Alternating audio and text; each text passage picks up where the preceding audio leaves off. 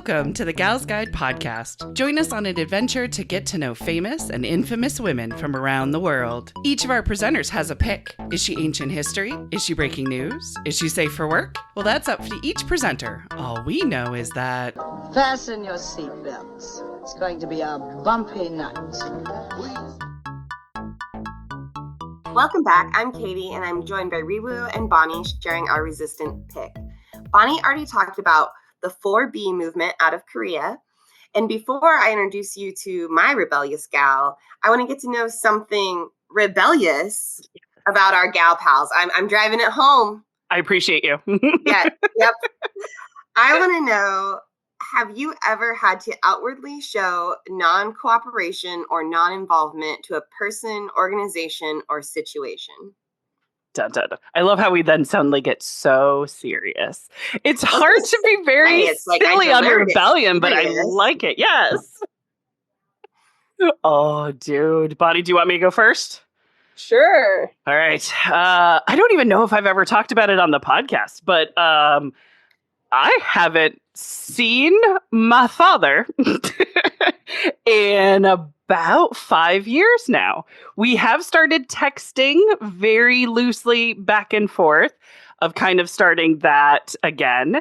But I tried various ways of communication and resistance because he very much was starting to manage what my babies could and could not do career-wise and personality-wise. And he had done that with me. And I reached that point of, it was fine you did it to me, but now I see you doing it to my kids and we're at a hell no, kind of like that's the boundary.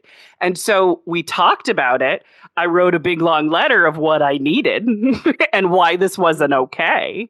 And then he basically said he needed to shun himself away from me and think about what he's done.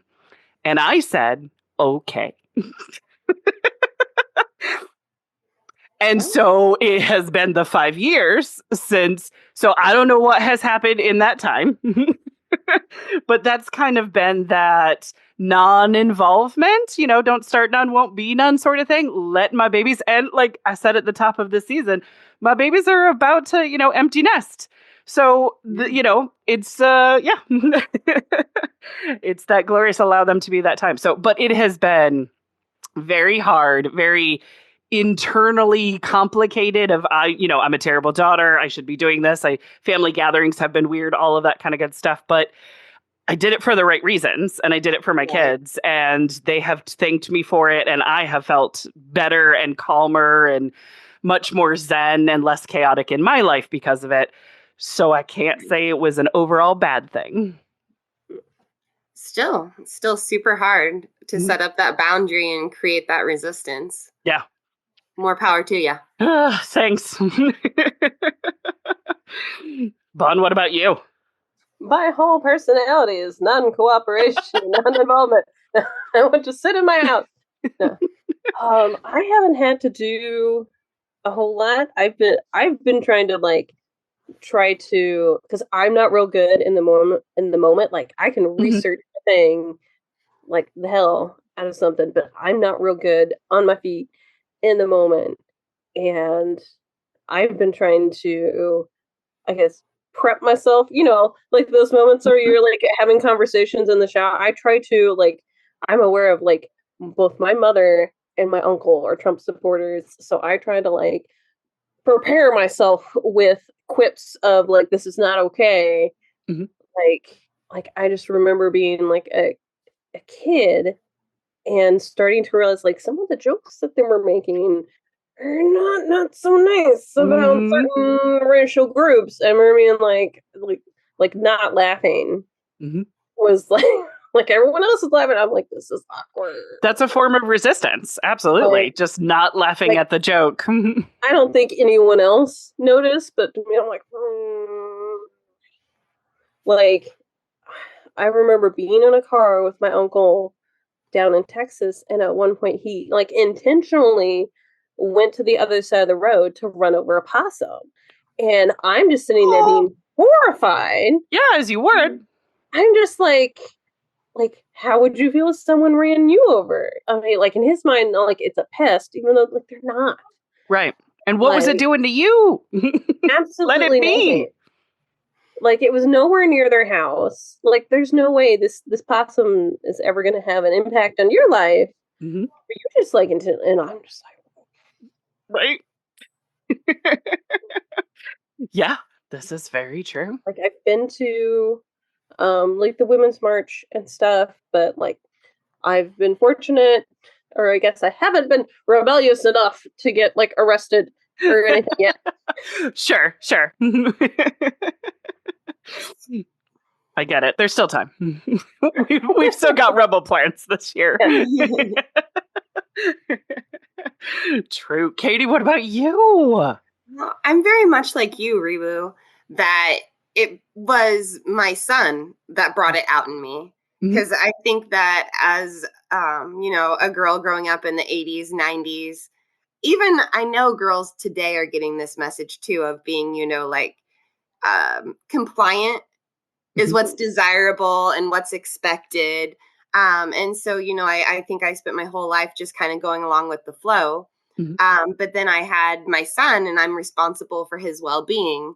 And it was still when he was quite a teeny tiny baby. And he was having some issues with dehydration, and they had me take him down to the Riley Hospital for Children. Mhm. And, he'll love me putting this on a podcast one day, but I didn't have him circumcised as a baby. There you go. Yeah. Uh-huh. And I talked to the hospital I had him in about proper care. I did all my research and what you should do and not do. Mhm. And then I get down to Riley, which is a hospital specifically for kids, and they want to do the opposite of what I was told by his doctors and the other hospital, and my own research and knowledge. And it was in that moment where I think in the past I would be like deferring to doctors or, whatever medical, but it was in that moment where I was like, no, you Mhm. will not do this. This is not happening. That's not correct. That's not what I agree to. Yeah. And it just had to really put my foot down. And I remember feeling really surprised that I had that kind of Mhm. Mama bear. resistance and rebellion inside of me. Mhm. Because that I feel like for a lot of people, those doctors and medical institutions are very intimidating, Mhm. and it's a hard place to be rebellious at. Because we want to do what the experts say, but no, yeah, that's the one that comes to mind to me when I had to take a stand. Good on ya. Yeah. Yes. Speaking truth to power as a mama bear. Yeah. And guess what? They didn't do what they wanted to do, and they still managed to do what they needed to do. Mm. That's Huh. a lot of tongue in cheek, but I won't expose my son any further on the podcast. You're But good. He's alive and well today. he is, and doing Worked. quite Yes. well. Yes. Yes. There we go. Wow. He's 13. He's doing as well as a 13-year-old Oh, that's can. It's totally just, fair. yeah, 13's hard. so hard. No. Yeah, I've been telling him, but we do what we have to for our kiddos for sure. Exactly. One that Speaking I've of been trying, doing, oh, go ahead, Bonnie. I was going to say one that I've been trying to do that hasn't really worked out. People are just so confused when they do, spelling your name for stuff on the phone. Mhm. And my last name's Spillenworth, and they always think I'm saying like S, like they're trying to confirm, and they're Oh. like, is it F as in Frank? And I go, no, F is in feminism. And they're like, what? Like they What haven't did you heard that say? word before. So confused. I do like that. That's good. I've tried it like 4 times. It's backfired every time. But I'm like, I need to keep doing this. I like it. I'm gonna go Riru. R is in rebel. There you go. Bring it in. I like it. You ladies are inspiring me. Part of my job is answering the telephones or reaching out to other schools. And I don't know what to say for letters. I feel like some people are so natural at it. And I just come up with like the weirdest shit. Like A is for aardvark. And they're like, what? Why not? So I'm going to have to use And that it's for pneumonia. feminist. Yeah. Yep. There you go. Yes. There you go. Perfect. Yes. But I am going to introduce both of you. Yeah. I'm used to us being a little bit larger, but Right. the holiday Exactly. month. Starting off January a little bit later than usual because, we like our time Smaller. off. Right. So I'm going to introduce both of you to Boudica. Do you Boudica! know about Queen Love Boudica? Debs was in it. love with everything Boudica. So what I have heard has been through my late friend Deborah Kemp, but I need a refresher because it's been decades. I feel like when a lot of women go through their women's history journey, that's Mhm. one of the first things they come across is Boudica. Boudica, Yes. yes. Well, we're talking ancient history here for Yeah. sure. So if you want to start your feminist journey at the very beginning, Boudica is a good choice because they're guessing she was born around 2530 CE. Okay. Long, long ago. In the waybacks, yes. in the in the way backs, correct. And so a lot about her youth we don't know anything about. Mhm. And a lot about her rebellion and her adventures are told not at all by contemporaries, but people that came generations later. Um, Actually, by Romans that came generations later, telling about her adventures, which is pretty cool because her adventures were kicking Roman ass. Yeah, they were. So it made such an impression that years later, we still need to talk about the badass bitch, Mhm. Yes. Celtic Queen Boudica. Love it. Yes. So Boudica, they did say, was born probably to a royal family, which makes some amount of sense because I think even in the waybacks, they were marrying royal families to royal families and all that hoity-toity stuff, right? um, so the area we're talking about is modern day Britain. And at this point in history, I'm going to say this like I am a historic expert, and I am not at all.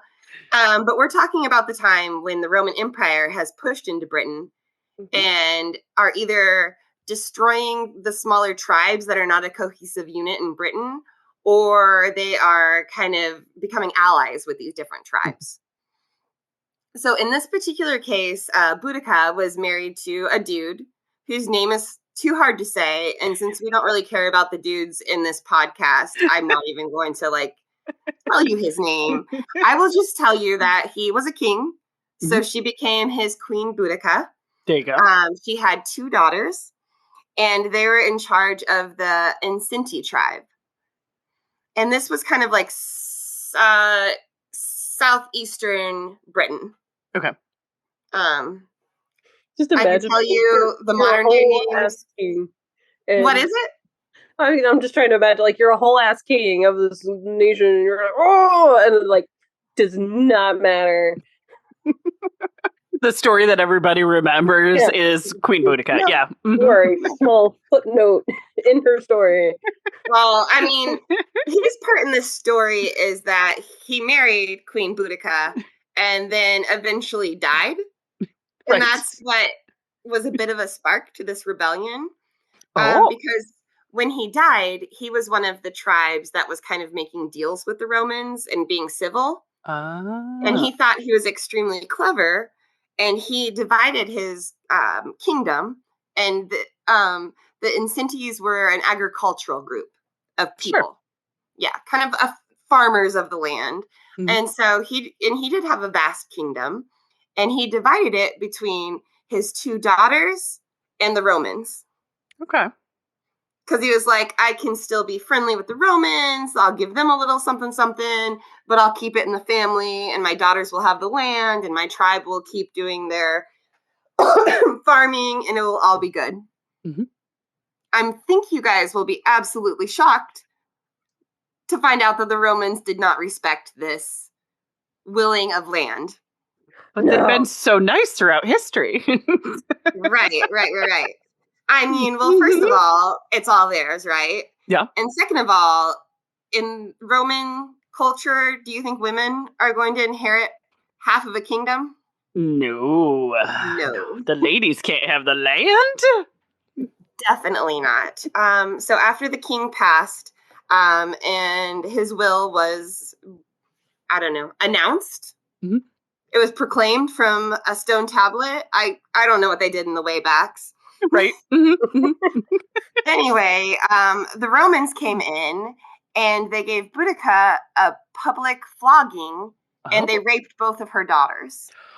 Oh, this shall not stand. Mhm. No. He's biting. And it was at that point that Boudica decided that she needed to get together a large army Mhm. and drive the Romans from the land. Yeah. I mean, that's the sensible plan as a Mhm. reaction to those insults Yeah. and damage, I would say. Fair. We talk about what we do for our children. Yep. Raise Case an in army point. of 100,000, attack the Romans. Yes, this is what we do. There you go. Yes. I couldn't at all see how this could be plans for the future. Laying the seeds of possibilities. Exactly. And I will say that some of the other tribes that joined her had their own more personal reasons to join the movement. But I think that's typical of any resistance and rebellion. Mhm. You have a common goal, but you've all been attacked, hurt, insulted, perhaps in different ways by your common enemy. Mhm. So she was able to raise this army of 100,000 to march on a few of these Roman settlements. So the first one they went to, the Romans had about 200 guards on it and figured they would be able to defeat Boudica no problem. Sure. Her 100,000 and they had 200 Roman guards. I mean, I don't do math problems well, but that doesn't seem right. Clearly need at least 300. Right? 300. Right. You're right. That is the golden Roman number, isn't it? Boudica. So, as you might imagine, Boudica's army took all of them down, all of the Romans. However, they also razed the entire town because the town was kind of, it was a town that had given in to the Romans, that was catering to the Romans, that had become basically a Roman town. So archaeologists have been able to dig in this site and find that it actually was razed, like burnt to the ground. Right. They killed women, children, Romans. They burn it all to the ground. There you go. Epic trash fire. So this made the Romans take notice and decide that maybe they needed a few more troops or a bit of a plan. This is where the 300 comes in? Is this where it is? They had 200 and now they need 300? Okay. Perhaps a bit more than that. Oh, okay. But unfortunately, I mean, Boudica, I'm sure they were all fierce warriors, but their history is being tribes that sometimes maybe warred with each other. Yeah. But they were farmers. Their primary objective wasn't war. Yeah, fair. So at this point, the Romans not only decided they needed more, but they needed to become strategic. Mm-hmm. So as Boudica marched on to the next settlement that they were going to attack, the Romans actually pulled back to one of their larger settlements that they cared more about and abandoned basically 2 other settlements to this army. Oh. So interestingly enough, the second place they marched to is what is now present-day London. Ah, London, baby. Right. Sorry. And they gave it the same treatment. They burn it to the ground. I'm sure this is not where the London's Burning song is coming from. I don't think so, but it could have. It could have. Right. And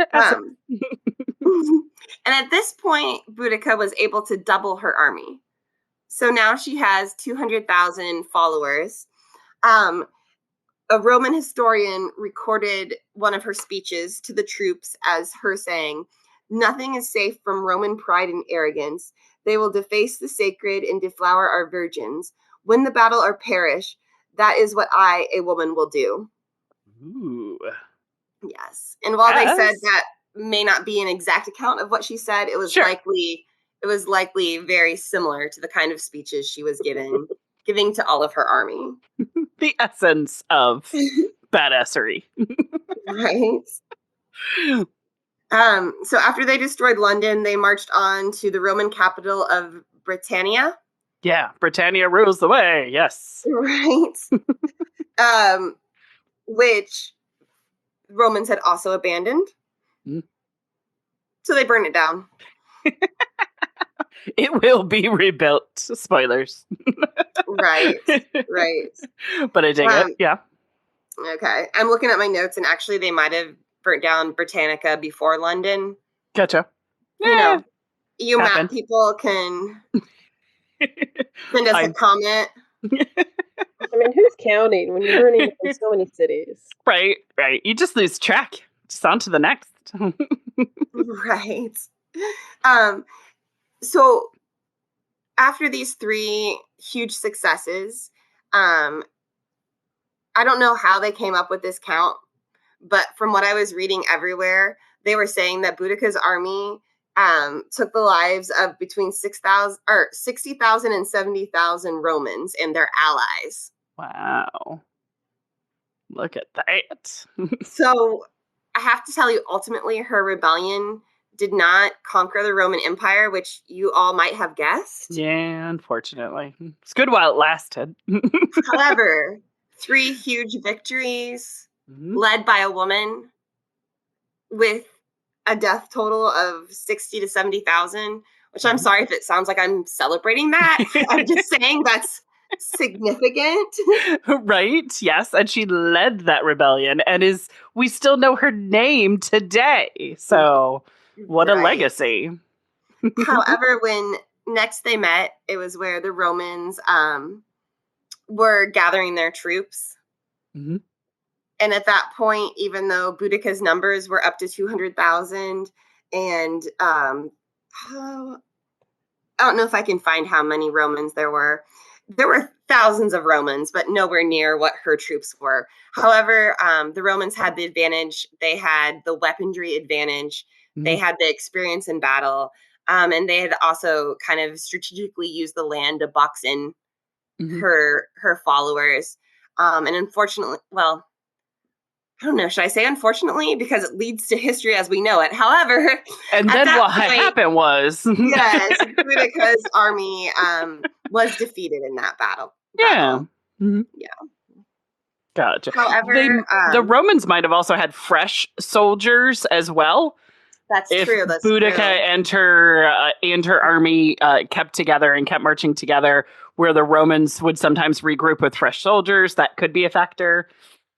I've read it a couple of times in other things, so I'm just guessing. No, that totally makes sense. And I mean, still, this was a um, significant dent to the Roman Mhm. Empire, I Yeah, think, and even more so than their actual numbers, but just to their I don't know. I want to say that it shamed them, the Romans, yeah. because in Roman society, women were simply to be wives or mothers.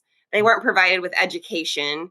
They weren't empowered whatsoever. They So to certainly have weren't soldiers, right? Yeah. right, so to have so many of their followers and men killed and their towns burnt to the ground by a woman really brought shame upon Rome. Hmm.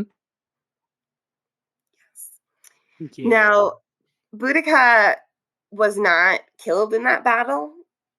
At least it said she was not. However, they do not really know what killed her.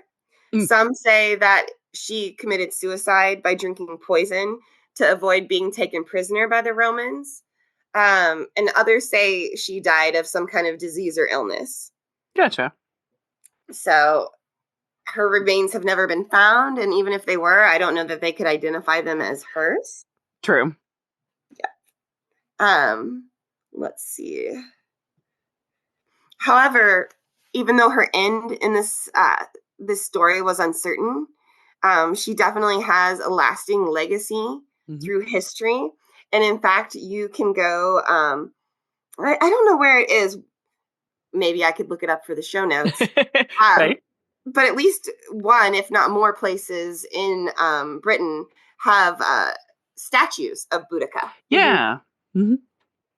So because she was, I think, forgotten a little bit in history until Queen Victoria became the monarch Mm. of Great Britain, and she really popularized Boudica as a hero at the time and revered her, shared her story, and built monuments to her of how Ah. she attempted to save Britain from the Romans.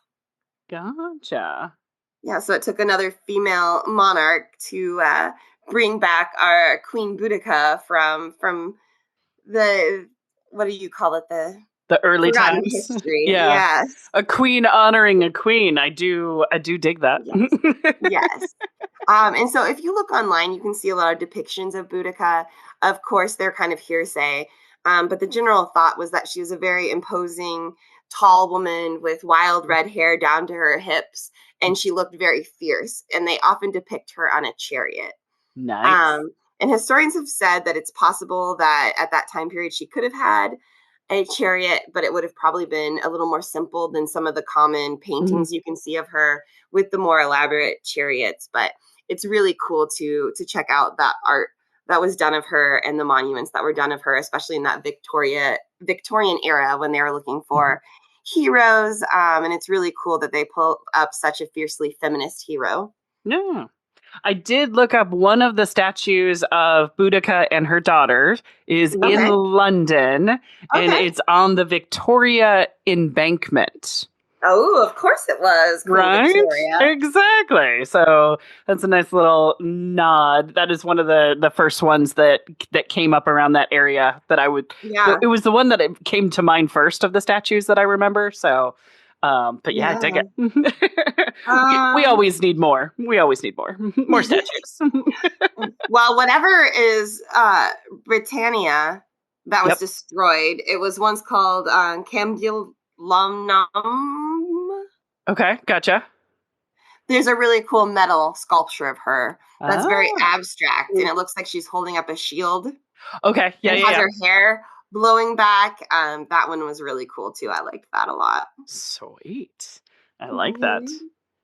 Maybe that's the one you found, because I don't know how to translate ancient areas of Great Britain with current day. Right, that's fair. UK. Exactly.